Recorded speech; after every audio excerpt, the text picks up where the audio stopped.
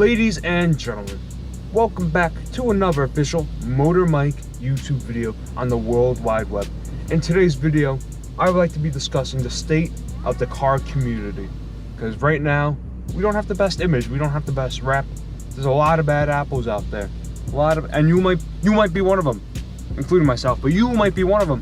So in today, we are going to be covering kind of the subcultures of the car community and why some of them aren't giving us the best image.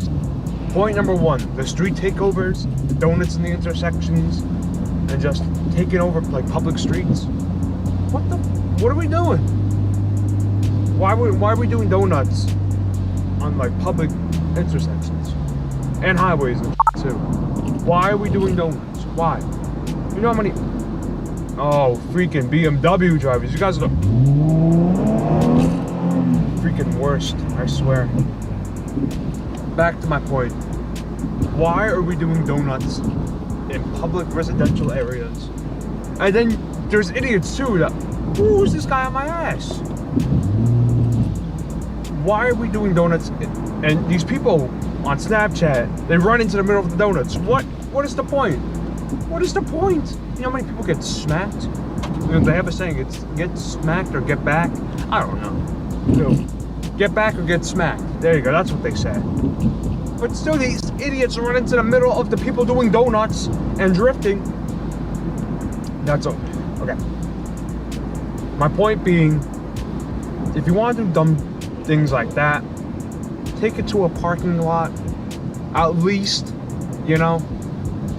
Sure, we like to hoon our cars. Sure, we like to do a little donut every now and again. But most common people, you know, with common sense, go to, you know, open areas where people can't get, you know, ran over by your car. That's a whole manslaughter charge or whatever law interprets that. Why are we running in the middle of these people doing donuts, and why are we doing donuts in busy public intersections? Yeah, sure, it's a thrill rush and all that, but like, the risk versus reward is just not there. Like, what is you doing? What? Like, huh? Reason number two, cutting up. Now, cutting up is a very touchy subject for a lot of people. A lot of people defend it, saying, oh, there's no racetracks and stuff, and blah-de-blah-de-blah. I'm a little guilty of this myself. There's been one or two times I might have weaved in between cars, but I realized how stupid that is. Like, how stupid can you be to be doing that? You could be the best driver in the world. You could be the freaking reincarnation of Ayrton Senna and Lewis Hamilton's love child, but that doesn't mean the lady in the Toyota Camry who drives to the church on Sunday with the Jesus fish on the back is going to be expecting a, you know, blacked out Mercedes-Benz cutting them off. I don't think most people expect a flying sports car shooting up their inside. I've done it before. I felt like an absolute melon, like a pansy. I realized how stupid I was for doing that, and I cut it out. It's not okay. You're not a defense, but if there's one or two cars on the highway and you have open lanes on either side, you know, if you want to have a little fun, go around, you know, leave enough distance, make it safer than, you know, it's not safe to begin with, but make it safer for everybody. I'm going to stop at that yellow light, not hitting the baby and the child. The baby and the child. What the hell am I saying? Make it at least a little bit safer for yourself and other drivers if you're going to be cutting up and stuff. Not even cutting up, just if you want to go fast, make sure the road's like 90% open. I've seen too many people cut in between cars and stuff. Then these people freak out. Then they hit the other guy next to him. It's just unnecessary. It's so many, you know, incidents have happened, unfortunately, due to cut-ups and stuff. It's unfortunate, really, but at the same time, too, where else are you gonna have a little fun? I'm not defending cut-ups, absolutely not. That's still like one of the worst things about the car community at the moment. Because when you weave in and out of traffic, everybody thinks you're, you know, a bit of a melon, a bit of a pansy, I must say. I think cutting up is just an unnecessary risk. Like I said, the risk versus reward isn't there. there's some people too that take it to the extreme. Like, I was trying to have a little fun with a 370Z. That was a little trafficy, sure. Oh, speaking of 370Zs, there's one going by. You can't see it, it's off the camera. Damn, that thing was nice. But here's the thing. Like, these people, some people take it to the absolute extreme. Like, they're acting like the person in the passenger seat is about to die if they don't, you know, cut everybody off like that. But honestly, the cut-ups and stuff, if it's an opener highway and you have to get around one car, I suppose it's not the worst thing in the world. But if you're zipping in and out of traffic and like going into the shoulder and stuff, not only are you giving the car community a bit of a bad rap and making us all look like, you know, we're pricks, but you're putting unnecessary lives in danger. You know, this common stuff that I shouldn't even have to mention. But it's defended so much, the cut-ups, it's like a very tricky subject to bring up without somebody getting upset. Like, I wish there was more little racetracks around my area too, and around most areas. We don't have that many little racetracks and stuff. But at the same time, you know, you shouldn't jeopardize somebody's life to get a cheeky little race. This is crazy, absolutely bananas, bonkers, if I must say so. And finally, last but not least, the ratchet chillin' parks. Now, there's a difference between a normal car meet and a ratchet chillin' park. A normal car meet, like what I do, you get a couple of friends, you go hang out in a parking lot, and you just chill, have fun, fix up your car a little bit. My Judy, my bug, the freaking light in the back went out, the right side driving light. Damn, I'm pissed off about that. So that was fun to deal with. But you know, you go there, you chill out, you have a good time, you wrench on the car a little bit, you talk about stuff, life, and things like that nature. But the ratchet chillin' parks, you get the straight pipe 350Zs, revving it off the rev limiter, you got people doing burnouts. It's like the combination of the street takeovers, well, at least they're in the parking lot this time.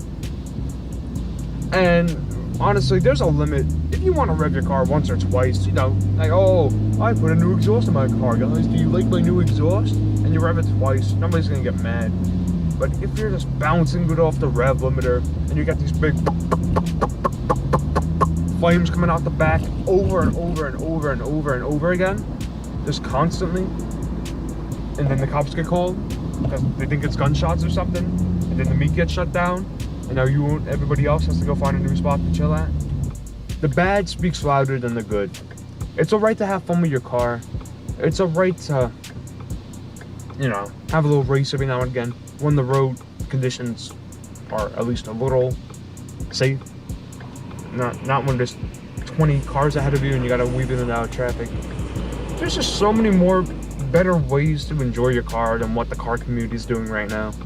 You know, we don't have to be doing donuts in the middle of intersections. We don't have to be cutting off, you know, Susie and her beige Toyota Camry going to church and then having her crash and hit somebody else. Because right now, the car community image is probably at its lowest it's been.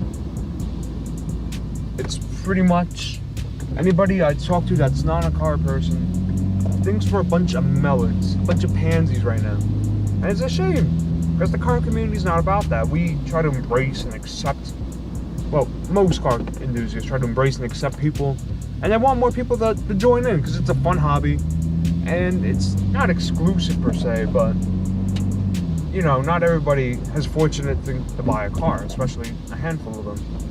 So, you know, when a person gets their car, you know, it's a very prideful moment in their life. It's nice to embrace new people into the community, but if we continue on like this, not a whole lot of people are going to be willing to join due to the association with the street takeovers, the street racing, and all that. It's just, it's going to kill the hobby. It's really, the mentality now is going to kill the hobby. And it's sad to see. We're going to be slowly, most of the car enthusiasts, I feel like we're going to be discriminated against based on the actions of the other people that do the donuts, that do the street takeovers and all that. This would be a zero tolerance for us soon. Zero tolerance. And whoa, that house looks like a castle. It looks like the Harry Potter Hogwarts thing. That's crazy. Damn.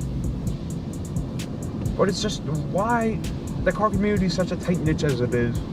Why paint us in this bad image just to have more meets shut down, more genuine enthusiasts deterred from it? People won't want to join the community as willingly. The hardcore enthusiasts might stop participating in meets and start throwing events.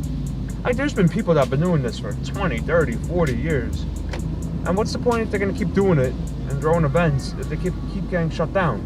For example, you go to one of the classic car shows, right? You get all these old guys with their polished up Novas and Chevelles and Mustangs and all that. They're just sitting there having, enjoying they drove their car to the show. They polish it up, little wipe down. And they sit there and they enjoy their car. And they enjoy meeting up with their friends and talking to meeting new people and showing off their car to younger generations and to people themselves, If you grew up like I did going to classic car shows, you're gonna love cars regardless. But if you're a young kid in the suburb trying to make an impact on the car scene and trying to join in, and the first meet you go to is just, leased BMWs revving off the rev limiter and then clapped out 350Zs and V6 Mustangs. No offense, Priscilla, I love you, but don't worry, I'm not referring to you when I say V6. I'm derogatory, and it's a derogatory term. Holy hell, I can't tell. Priscilla's excluded. Everybody loves Priscilla. But like, if you're gonna go to a car meet and it's gonna be, the BMWs and the donuts and all that, and then it gets shut down, and then you go to the next meet, it gets shut down again because somebody did something else. Why are you gonna keep going? I wouldn't. You can enjoy your car on the side, sure. Like, you can drive around and have fun by yourself, absolutely. That's not impossible. But there comes a point with anybody, no matter what hobby, you get lonely. Eventually, you drive around long enough by yourself and you realize, is there anybody else like me out there? Am I like a sole survivor? Am I single out? It makes you wonder. It really makes you wonder. But then you meet nice, genuine people in the car community. Like, I met a bunch of people recently, and I love them to death already. I know them for like 2 weeks, and we're already like so tight like that. It's just certain people you have to meet at certain times. You're not going to meet your future car crew. Most likely, you're not going to meet your future car meet buddies at a ratchet ass meet. And even if you do, it's not going to last so long because eventually they might do something stupid. Or you actually might get influenced by their dumb behavior, like I almost did, and join in with the cut-ups and the donuts and stuff.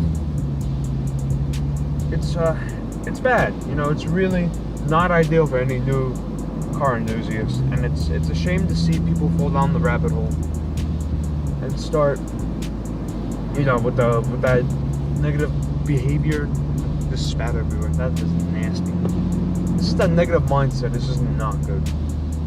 Or the mentality towards cars, I should say, is just not good. Before I end off the video, I just want to mention one more little thing. If you're in a car cruise with a bunch of cars, and like you're leading and you speed off, and you leave everybody else behind, what is wrong with you? You're in a car cruise. You cruise with a crew. You don't just speed off. Like, yeah, sure, if you're doing little pulls on the highway. But like, I've been cruising and stuff with other people, and it's just, the first guy takes off and then you can't catch him. Then you get caught at the lights. So just a little side note, if you're gonna have a car cruise, wait up for everybody. Don't just speed off. My friends, they wait up for me and my Beetle and my V6 Mustang. Pretend everybody's MotorMike. Wait for MotorMike. Just a little common courtesy there. But on that bombshell, I think it is time for me to end off today's upload on the MotorMike YouTube channel. If you guys did enjoy, a subscription to the channel would be appreciated. Just saying.